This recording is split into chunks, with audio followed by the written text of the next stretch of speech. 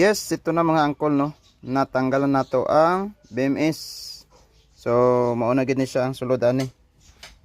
So, may corrosion na siya. Ara oh. May corrosion na siya. Yang IC diri. So, hindi makita, no. Blurred. Ara oh. So, ambot lang kung maayo pa ni. Yan. Kani. Oh, kani.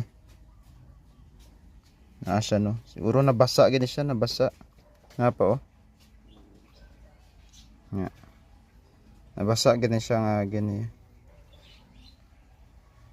Nagmoist. Hindi po nagmoist kay naka-cover ni siya.